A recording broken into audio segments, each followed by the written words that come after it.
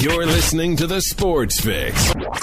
Portions of the Sports Fix brought to you by Quick Lane at Valley Ford Truck, home of the low price tire guarantee. quicklane.com/Valley Ford Truck.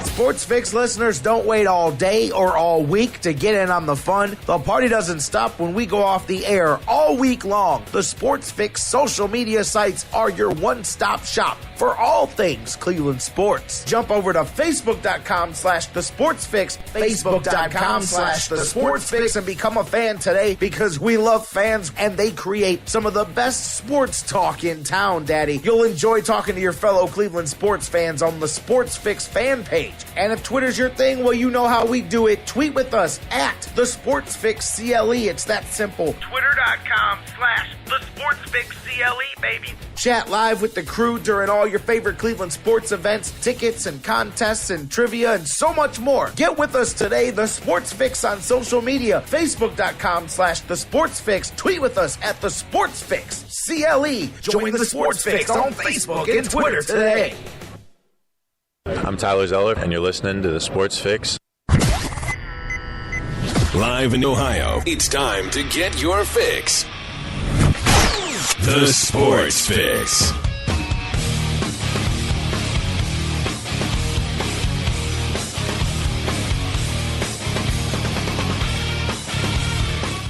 Yes, indeedy, Speedy. Welcome back to Sports Fix on the air, locked and loaded, rocking and rolling. J-Rock, Jerry Myers, welcoming you guys in as we do each and every weekday at noon right here across the Sports Fix Radio Network. We have got, I'm fired up.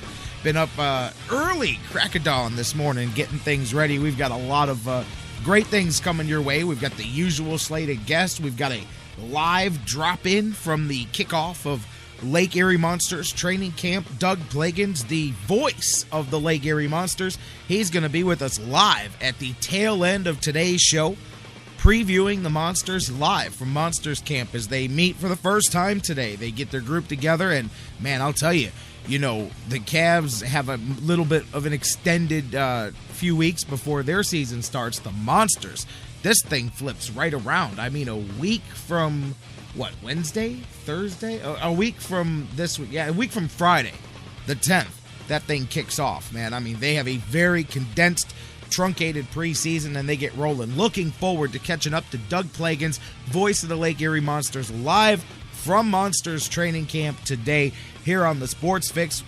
That's the end of the show. We're going to open up the show on the front end on the next segment here. After we get through the open here, we're going to talk to Jeff Gorman from Indians 101. Always a great time when Jeff's with us every Tuesday. We'll get his thoughts on the tail end. Hey, this week's going to be kind of like that, the first conversation with everybody since the end of the Indian season. Speaking of, when we get into it, I read a pretty good take, and I really agreed with a lot of it. And this site, Waiting for Next Year, they do some good stuff sometimes, and sometimes I really don't like some of the stuff that they do. But there was their perspective on the end of the Indian season that I thought I was really kind of jiving with most of what they said as far as the way they look at this season. As a matter of fact, I posted links to that on our Facebook and Twitter before the show started, and I'll talk about that a little bit later with Jeff. But we're going to talk Tribe with Jeff Gorman from Indians101.com. As we said, Dougie P, fresh at Monsters Camp, kicking things off. Doug Plagens later on in the back end of the show. In between them both, Dr. Football Bill Chachkes in the house. He's here every Tuesday. Bill will be here today. The Browns were off this week, but the rest of the NFL had a whole lot going on. We'll talk about the slate of that. In a few minutes, I want to talk to you guys about something funny I saw last night after the game. Bill Belichick, every once in a while, he'll do something, say something, or not say something that'll make you chuckle, believe it or not, considering where he started from here in Cleveland. But anyways, Dr. Football in the house, the FCC blackout rule. There's a big change coming for the NFL as the FCC has officially repealed that thing, and no longer can games not be broadcast in the local markets if there's not a sellout in the building. Of course, that rule's been in place since the dawn of the TV football relationship began. We'll talk more about that with Dr. Football. Raiders fire their coach over the phone. I mean, isn't that the Raider-esque way of doing it? Would you expect the Raiders to do it any different way? We'll talk about all of that, and we'll start to look ahead to the Tennessee Titans, who are in a free fall over the last few weeks, and the Browns, coming out of the bye, should be licking their chops at the opportunity to go to Tennessee. And I told you guys, the odds makers have the Titans a slight favorite in that game. Last I saw, it was a point. Some places had it a 1.5. Some places had it 2 points. But if I'm the Browns, I'm circling that. Now, you know what, though? If I'm the Browns and things are really moving in a positive direction, I don't even need bulletin board material. And really, you shouldn't be surprised that teams, expect the worst from you when you've provided the worst for the last however many seasons. This is part of changing that culture.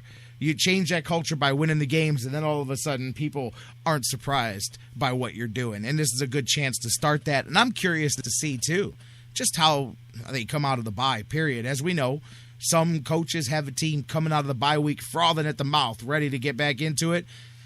Some teams take a step backwards. We've seen coaches here take a step backwards coming out of the bye week. So I'm very interested to see what happens. But we'll talk about all of that. We'll start the football week with Dr. Football here. As I said, Doug Plagens, Jeff Gorman, all that on tap, a whole lot to get into, and you guys. So let's rock and roll and do the thing. It's the Sports Fix. As I said, welcome in.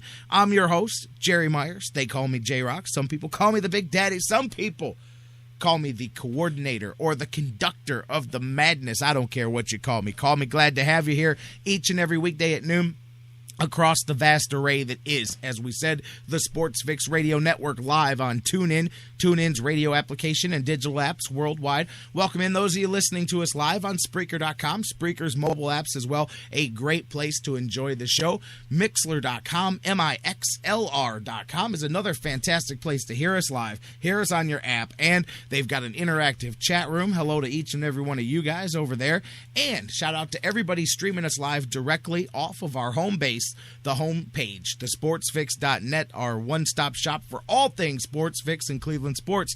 And hello to each and every one of you, thousands around the world listening to us in various time zones on all of our digital delay platforms. Hello to you guys on iHeartRadio, the world's largest internet radio provider. Those of you listening to us on SoundCloud, and those of you who subscribe to us on iTunes. And shout-outs, of course, to everybody listening on Stitcher Radio and their new CarPlay feature, which is a great way to enjoy the show. However you listen, whether you download it, subscribe it, some of you listen on DAR FM, you got your digital audio recorder, however you do it, thank you guys for doing it. And as I say all the time, this is your show, not just mine. We turn it around, we give it back to you, so use it. I see calls already coming in, 216-539-7535. I'll have time for a call at the end of this segment here, maybe 216-539-7535. If you can't get to the phones, hit us up, Facebook.com/TheSportsFix. Tweet with us at TheSportsFixCLE, all one word. Email us, TheSportsFix@AOL.com. Couple of things I wanted to get into before we go to the phones and before we get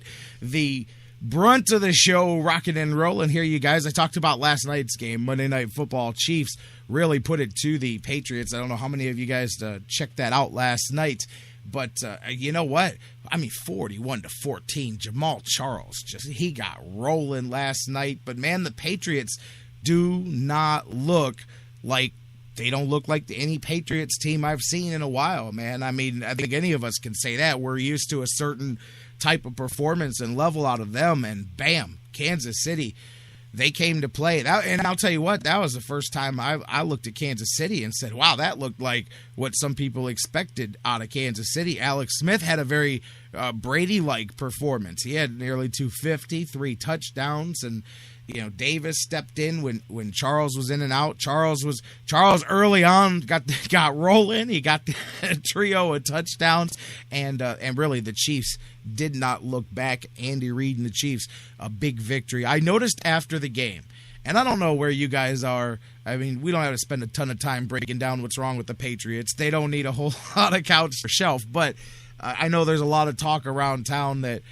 Some people are saying, hey, man, you should check out Jimmy Garoppolo. He got this offense moving. Does this sound familiar? He got this offense moving in the preseason. I was kind of amazed that if you look around New England's websites and bloggers and newspapers, there's a quiet momentum building to perhaps Tom Brady needs to get moved out of the way so that Jimmy Garoppolo can go out there and breathe some life into this. And I'm thinking, man, okay, I get it.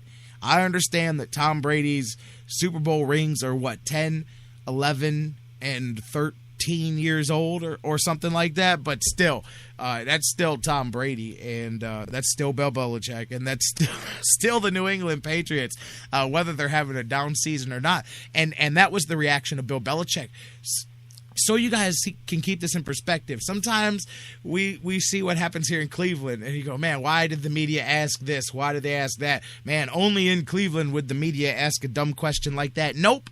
I learned last night that phrase can no longer be applied, because I watched a media person ask Bill Belichick last night if it's time to address the quarterback situation and perhaps make a change. I can't play you the audio because there is no audio to play you. You've got to go to NFL. I think it's on NFL.com. Google search Belichick asked about replacing Brady, and the quarterback, or excuse me, the reporter asked the question, and Belichick just kind of curls up his face in this. That may be the dumbest question anybody has ever asked me. I mean, the look on his face was priceless. He couldn't even answer it. He started to chuckle, started to answer it, just rolled his eyes blatantly, and just shook his head like, I cannot believe that somebody who gets paid to ask questions for a living decided to ask me that one. And I got a kick out of his reaction, but I laugh because I'm like, well, welcome to Cleveland, buddy, because you throw 2 incompletions in a row, and you can bet that the coach is going to be asked if maybe we need to address the quarterback situation. I mean, geez, Brian Hoyer, he's only been in the top 10 of quarterbacks through the first 3 weeks of the season. There's still part of the fan base that goes, yeah, if Manziel was out there, we'd be 3-0, man. We'd be a Super Bowl team. And you go, really? I mean, you just wonder what sport somebody else watches sometimes. But I'm not saying that the time won't come. And, hey, maybe this is the time. I don't know. I haven't seen what Jimmy Garoppolo's done up there. He was somebody I was interested in the Browns drafting, though, as we saw what he did.